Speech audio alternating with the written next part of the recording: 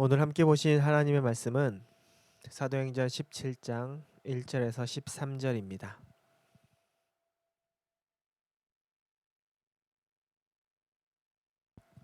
그들이 암비볼리와 아볼로니아로 다녀가 데살로니가에 이르니 거기 유대인의 회당이 있는지라.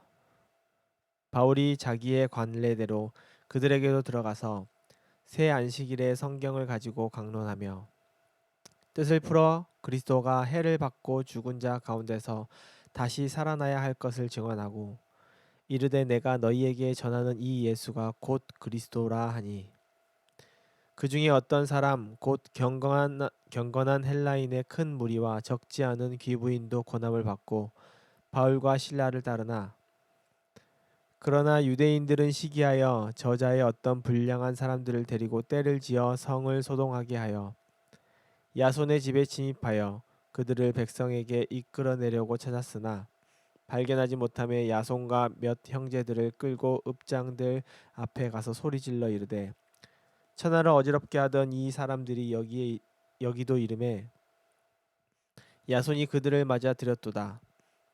이 사람들이 다 가이사의 명을 거역하여 말하되 다른 임금 곧 예수라 하는 이가 있다 하더이다 하니 무리와 읍장들이 이 말을 듣고 소동하여 야손과 그 나머지 사람들에게 보석금을 받고 놓아주니라.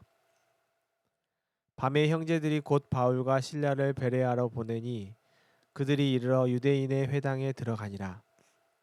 베레아에 있는 사람들은 데살로니가에 있는 사람들보다 더 너그러워서 간절한 마음으로 말씀을 받고 이것이 그러한가 하여 날마다 성경을 상고하므로 그 중에 믿는 사람이 많고 또 헬라의 귀부인과 남자가 적지 아니하나 데살로니가에 있는 유대인들은 바울이 하나님의 말씀을 베레아에서도 전하는 줄을 알고 거기도 가서 무리를 움직여 소동하게 하거늘. 아멘.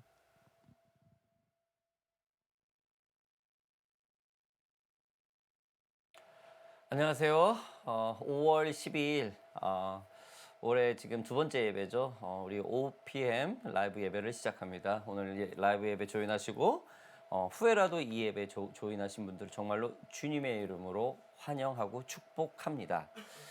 자, 오늘은 사도행전 17장의 말씀을 17장 1절부터 13절 말씀을 가지고 고난 속에 지키는 복음 그 세 번째 말씀을 우리가 나누어 보겠습니다. 자, 오늘의 본문의 내용은요. 바울이 아덴, 즉 지금 현재 아테네, 그리스에 있는 아테네죠. 아테네를 방문한 이야기로 집중이 되었고 그곳에서 펼쳐지는 내용들입니다. 그 말씀을 토대로 우리가 같이 보겠습니다. 자, 바울이 철학과 토론을 사랑하기로 유명한 이 아테네의 지식인들에게 복음을 전하는 그 내용을 봅니다. 이 구절을 깊이 파고들면서 우리는 복음을 나누고 다른 믿음과 배경을 가진 사람들과 교류하는 것에 대해 아주 소중한 교훈을 배울 수가 있습니다. 그 첫 번째 교훈은 우리는 바울의 설교가 아주 성경에 뿌리를 두고 있다는 것을 보게 됩니다. 그가 도시에 들어갔을 때 그는 아테네인들이 다양한 신에게 바쳐진 그 제단과 조각상을 가진 매우 다양한 종교적인 사람이라는 것을 알게 됩니다. 그들은 지식인이었고 삶의 질이 다른 지역들 사람들보다 아주 차이가 나는 아주 높은 수준의 사람들이었죠. 바울이 이들에게 말씀을 3번 정도 강해하고 강론하여 복음을 전하게 됩니다. 그랬더니 이들에게는 복음을 받아들이는 역사가 일어나요. 그것도 경건한 헬라인과 적지 않은 귀부인들, 즉 귀족들 사이에 복음의 역사가 일어난 것입니다. 복음의 역사가 일어나듯이 여기에서도 또 똑같은 일이 일어나죠. 네, 맞습니다. 핍박이 일어납니다. 그것도 다른 이들로부터 고난과 핍박이 오게 됩니다. 그것도 아테네에 있는 사람이 아니라 아테네에 있는 유대인들을 통해서 다시 바울과 실라가 핍박을 얻게 됩니다. 오늘 본문 5절부터 7절 말씀 같이 한번 보겠습니다. 그러나 유대인들은 시기하여 저자의 어떤 불량한 사람들을 데리고 떼를 지어 성을 소동하게 하여 야손의 집에 침입하여 그들을 백성에게 끌어내려고 찾았으나 발견하지 못함에 야손과 및 형제들을 끌고 읍장들 앞에 가서 소리질러 이르되 천하를 어지럽게 하던 이 사람들이 여기도 이르매 야손이 그들을 드렸도다. 이 사람들이 다 가이사의 명을 거역하여 말하되 다른 임금 곧 예수라 하는 이가 있다 하더이다 하니. 여러분, 바울과 실라의 그 힘 있는 설교로 아덴에 있는 그 지성인들, 그 귀족들까지 예수를 믿게 됩니다. 대부분 로마 섭정 당시 예수를 믿는 사람들은 서민들이었고 가난한 사람과 여인들로 이루어져서 큰 문제가 안 됐어요. 로마 정부에서는. 그런데 이제는 귀족들까지 이런 일들이 일어나는 겁니다. 로마 입장에서는 상당히 당황했겠죠. 유대인들이 이거를 시기를 해요. 유대인들은 로마 사람들도 아니고 로마 시민권자들도 아닌데 이 사람들은 불량한 사람을 선동을 해서 데살로니카의 교인인 그 야손의 집을 쳐들어가서 바울과 실라를 찾고 있죠. 그러나 찾지 못합니다. 그 대신 야손과 그 형제들을 읍장으로 끌어내서 곧바로 막 굉장히 무슨 일이 벌어지려고 그러죠. 그랬을 때 야손은 자기 재산을 보석금으로 내고 나옵니다. 그래서 바울과 실라를 급히 베레아로 보냅니다. 여러분, 복음을 전하는 바울과 실라에게 이렇게 고난이 와요. 도망 다녀야 돼요. 또 얘기하지만은 바울과 실라가 무슨 사람을 죽였습니까? 도둑질을 했습니까? 사기를 쳤습니까? 법을 어겼습니까? 무슨 항명을 했습니까? 그렇지 않아요. 그냥 예수만 증거하는 겁니다. 그런데 이런 일들이 옵니다. 여러분, 복음과 고난은 항상 같이 일어납니다. 고난을 받고 싶은 사람은 세상에 단 한 명도 없을 것입니다. 자신의 능력이나 어떠한 대가를 위해서 받는 고난은 그래도 우리가 받을 만하죠. 대가라고 그러죠. 그렇죠? 왜? 앞으로 꿈이 있으니까. 어떤 걸 이 고통만 지나면 내가 더 큰 이익을 취할 수 있으니까 라는 그 희망이 있어서 그런 대가는 치를만 합니다. 그러나 자기 자신의 이익과 꿈도 아니라 오직 복음과 예수를 위해서 받는 그런 고난, 이거를 받는다는 것은 그렇게 쉬운 일이 아니에요. 그러나 성경은 분명히 얘기하죠. 복음을 위해서 예수 그리스도를 위해 고난을 받으라고 말합니다. 디모데후서 2장 3절에는 이렇게 말을 합니다.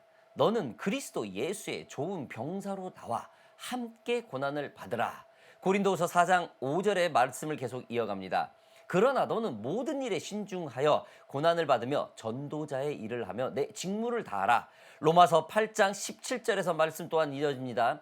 자녀이면 또한 상속자 곧 하나님의 상속자요 그리스도와 함께한 상속자니 우리가 그와 함께 영광을 받기 위하여 고난도 함께 받아야 할 것이니라. 자, 빌립보서에서도 바울은 계속 말을 이어갑니다. 3장 10절에 보면은 내가 그리스도와 그 부활의 권능과 그 고난에 참여함을 알고자 하여 그의 죽으심을 본받아. 여러분, 우리가 좀 세상에 크리스찬으로 살면서 조금 제한을 받을 때 정말 찍소리 하면 안 돼요. 이 믿음의 선배들 2000년 전에 어마어마했으니까 우리가 받는 고통은 고통도 아니죠. 여러분, 우리는 왜 고난을 위해 이렇게 고난을 받아야 하는 걸까요? 여러분, 왜 그럴까요? 그것은 여러분, 예수님도 여러분과 저의 죄를 위해서 십자가의 그 고난을 감당하셨기 때문입니다. 그래서 우리는 그를 따라가 그와 똑같이 복음을 증거하는 사람들이기에 이 고난과 고통을 감당해야 되는 것이죠. 자, 바울은 이 복음을 위한 고난을 여인이 아이를 낳는 그 해산의 고통이라고까지 표현을 합니다. 여러분, 해산의 고통은 인간의 타락 이후 가장 큰 고통이죠. 그 저주에서 하나님이 여자에게 준 가장 큰 고통입니다.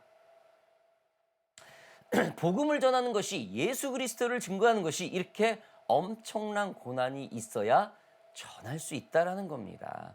고난 없이 예수가 전해진다는 것은 없다라는 겁니다. 바울은 이처럼 해산의 고통을 감당하면서 복음을 전할 수 있는 것은 그 말씀의 뿌리를 두고 있기에 흔들리지 않고 그 모든 고난과 고통을 감당할 수 있었던 것입니다. 바울이 이렇게 건강하게 이런 고난 속에서 복음을 전할 수 있었던 그 두 번째는 바로 바울은 모든 게 상황적이었다는 거예요. 커런시, 현실적이었다라는 겁니다. 그는 아테네인들이 그들만의 그 문화적 배경과 가치관을 가진 아주 독특한 청중임을 빨리 인식을 했습니다.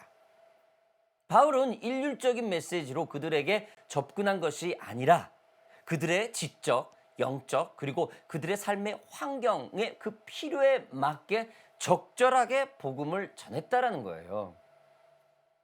야손의 도움으로 그 바울과 실라는 베레아로 급히 옮겨집니다.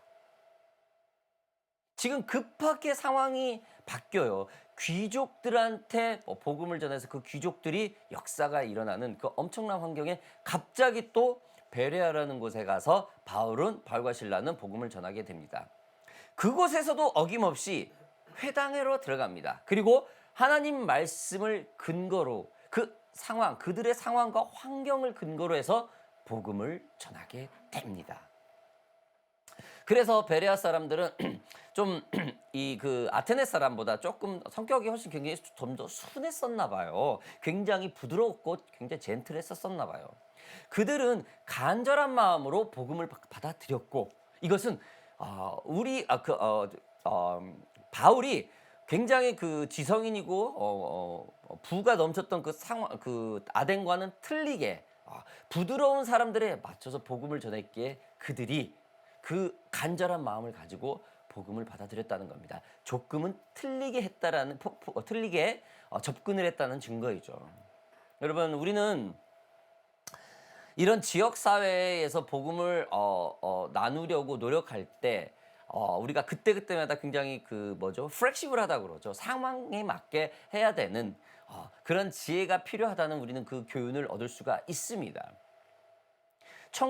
우리는 청중의 상황을 인식하고 그들의 삶의 그 복음에 연결하는 방법들, 그 환경들, 쉐어 포인트를 찾아야 될 것입니다. 지금 우리가 지원하고 함께 기도하고 있는 터키와 파라과이 선교사님들도 마찬가지겠죠. 우리가 알고 있는 전도 방식 관점으로 그들을 보면 안 될 거예요. 그 선교사님들을 보면 안 될 거예요. 각 나라와 지역의 상황이 모두 틀립니다. 당장 호주, 파라과이, 터키도 다 틀려요. 그 상황에 맞게 복음을 전하는 것을 그곳을 품고 있는 그 선교사님들이 가장 잘 알고 있겠죠. 그래서 우리는 눈에 보여지는 그 선교사님들이 당장 눈에 보여지는 열매가 없다고 그들에게 막 지원을 끊고 막 몰아세우고 그럴 때 막 중보기도를 멈추는 그런 일들이 벌어져서는 안 될 거예요. 선교사님들은 그 나라와 민족을 품고 그곳에 가 있는 자체가 고난입니다. 말도 어렵고 풍토병도 있고 너무 어려운 상태죠. 부족한 물자, 환경, 음식, 열악한 의료 시설, 그리고 특별히 그들의 자녀 교육 등의 많은 어려움을 겪고 있으면서도 불편한 거 알면서도 끝까지 그곳을 지키고 섬기고 있는 겁니다. 여러분, 지역교회를 섬기고 있는 우리는 그래도 기본적인 어떤 언어와 재정적인 일을 해야 되는 이런 기본적인 것은 갖춰지고 살고 있습니다. 물론 부족하고 이렇게 어려운 일들은 많이 있죠. 그러나 선교사님들은 일을 할 수도 없는 상황이고, 그렇죠? 그렇다 해서 복음이 마음대로 전해져가지고 역사가 많이 일어나는 것도 아니고 굉장히 어려운 조건에서 있는 거예요. 얼마나 그들이 그 상황과 환경에 맞게 노력을 하고 있는지 우리는 이해를 하고 그들에게 지원을 해야 될 것입니다.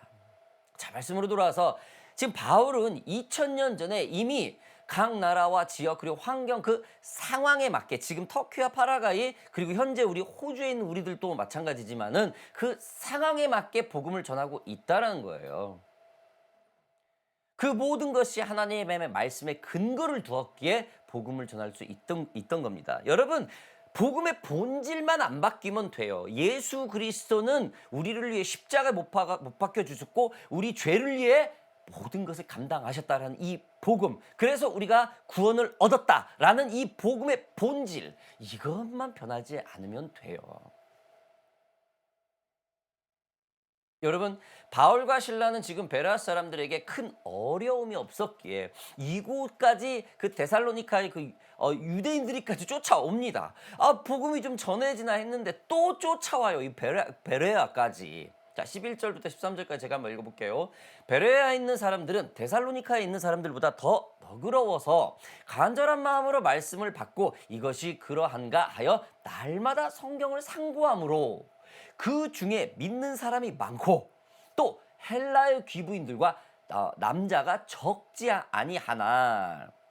데살로니카에 있는 유대인들은 바울이 하나님의 말씀을 베레아에서도 전하는 줄 알고 거기도 가서 무리를 움직여 소동하게 하거늘. 아휴, 참 속상하네요. 지금 듣고 있어도. 그렇죠? 여러분, 이러한 고난 속에서 바울의 복음 증거는 정말로 담대해야 되고 그리고 굉장히 그 회중들한테 정중했다라는 거예요. 굉장히 설득력이 있었다라는 겁니다. 바울의 복음 전도는 담대했으면서도 정중했다라는 것이죠. 그는 아테네의 믿음과 관습에 도전하는 것을 했던 스타일에 주저하지 않았지만은 굉장히 좀 소위 말해서 부와 권리를 갖고 있는 사람 앞에서도 과감하게 그 본질을 던졌거든요. 그들의 하나님의 형상대로 그 창조된 사람의 기준으로 봤다라는 겁니다. 그들이 돈이 있든 없든 아니면 많이 배웠든 못 배웠든 아니면 뭐 조금 너그러운 사람이든 아니든 바울은 복음의 본질은 변하지 않았다라는 거예요. 말씀에 근거해서. 그러나 상황과 환경에 맞게 접근하는 방법은 바울은 조금 틀렸어. 마찬가지로 여러분, 우리도 예수를 믿는다는 이유로 좀 어렵고 곤란한 일들이 참 경험하더라도 그 복음의 진리가 흔들려서는 안 돼요. 그렇죠? 즉 시험에 들면 안 된다라는 것이죠. 마음에 조금 흔들림이 있어도 속히 주님 말씀 앞에 앉아 모든 것을 회복하려고 굉장히 몸부림쳐야 된다는 겁니다. 여러분, 시험 얘기가 나와서 하는 말인데 시험이라는 것이 잠깐 혹은 우리에게 뭐 물리적으로 큰 피해가 없다면은 참 견딜만 해요. 물론 그런 게 뭐 시험이라고도 할 수 없겠지만은. 그러나 지금 바울과 실라처럼 삶의 위기와 절박함 그리고 생명의 위협까지 그리고 이 생활이 언제 끝날지 몰라요. 그 긴 세월이 이루어질 때가 있어요. 우리 시험 기간도 마찬가지죠. 사람의 위로와 환경 그리고 재정 같은 그 위로는 어느 정도 한계가 있습니다. 특히 하나님을 믿는 우리란 사람들은 어떤 물질적으로 위로받는 건 한계가 있어요. 우리가 그 시험을 이길 수 있는 방법은 하나님을 믿고 흔들리지 않는 믿음에 곧바로 쓰는 겁니다. 하나님이 회복시켜주는 것과 어떤 재정적이고 화려한 물질적인 거에 의해서 회복받는 것은 여러분 상대가 안 됩니다.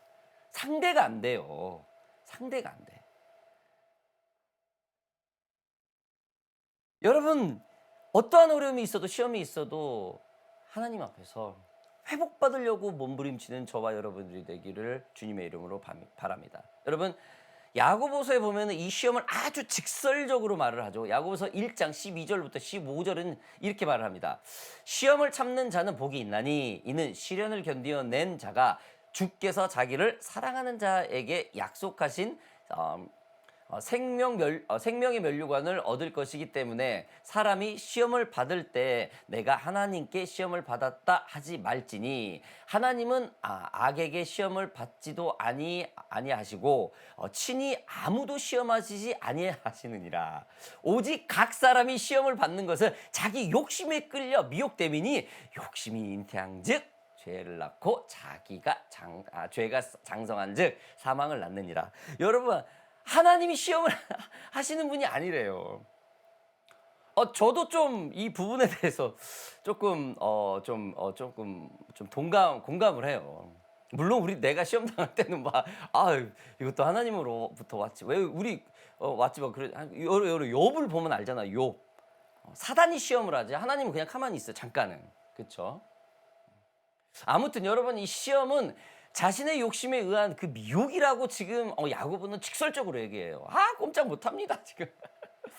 너무도 일리가 있고 공감이 되는 말이 아닐 수 없습니다. 그리고 시험은 인내로 견뎌야 된다는 그 답을 주고 있죠. 시험은 견뎌내는 것이지 망하라는 것이 아니라는 거예요. 여러분, 오늘 우리가 참 이 본문을 보면서 바울과 신라의 그 복음으로 인한 그 고난을 보았어요. 유대인이 끝까지 쫓아다니죠. 아덴을 쫓아옵니다. 베레아까지 또 쫓아옵니다. 역사는 계속 일어나는데 아주 그냥 지긋지긋하게 이 사람들이 쫓아와요. 복음 때문에 받는 이 고난은 이미 2000년 전부터 그 믿음의 선배들이 계속 했었습니다. 그리고 지금까지 똑같이 그 믿음의 고난은 이어진다라는 거예요.